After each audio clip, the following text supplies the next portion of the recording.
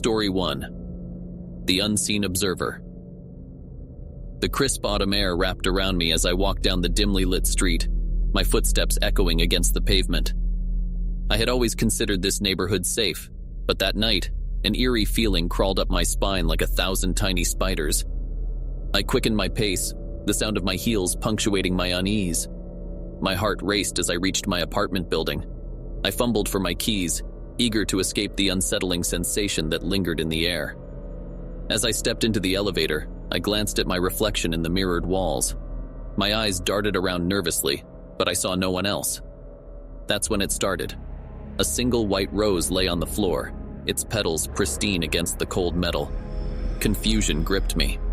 I had no secret admirer, no reason for such a gesture.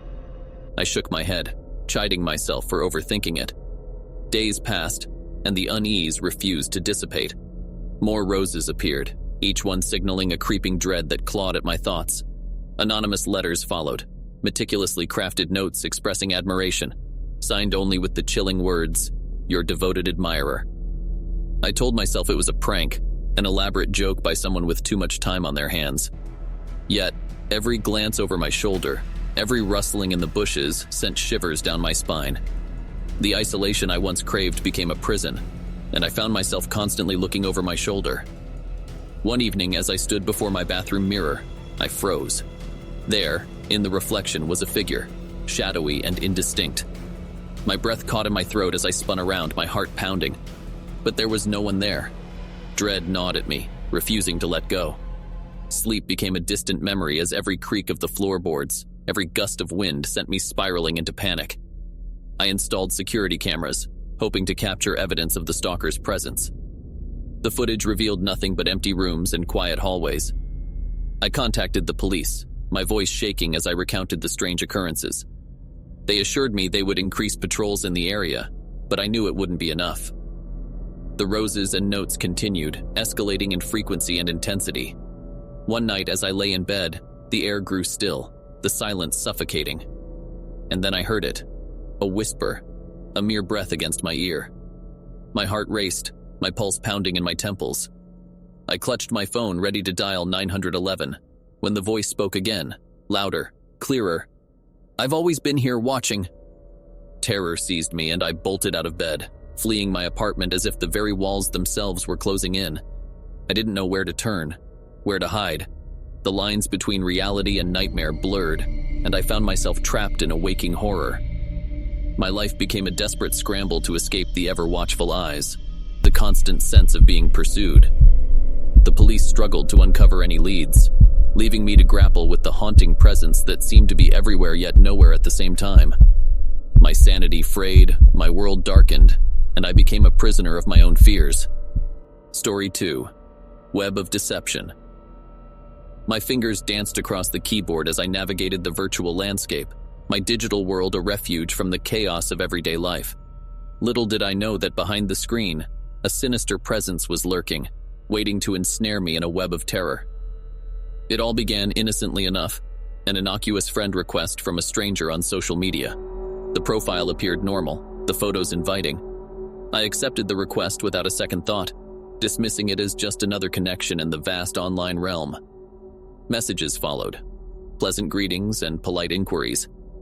I engaged in casual conversation, finding solace in the anonymity that the internet provided.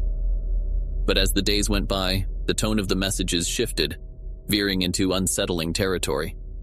Innocent inquiries transformed into invasive questions about my daily routines and personal life.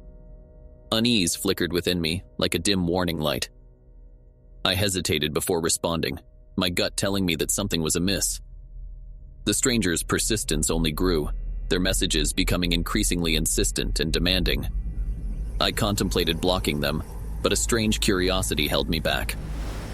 One evening, as I browsed through my newsfeed, I stumbled upon a post, a photograph of myself taken from a distance, captioned with unnervingly accurate details about my appearance and activities. Fear coursed through my veins, and I felt like prey caught in the gaze of a predator. I delved into my privacy settings, locking down my profiles and limiting my online presence. But my stalker was one step ahead. They began sending messages that referenced private moments, conversations I had only had in person. and events that had taken place within the confines of my own home. Panic set in as I realized the extent of their intrusion. I blocked them on every platform, changed my passwords, and even contemplated abandoning my online identity altogether.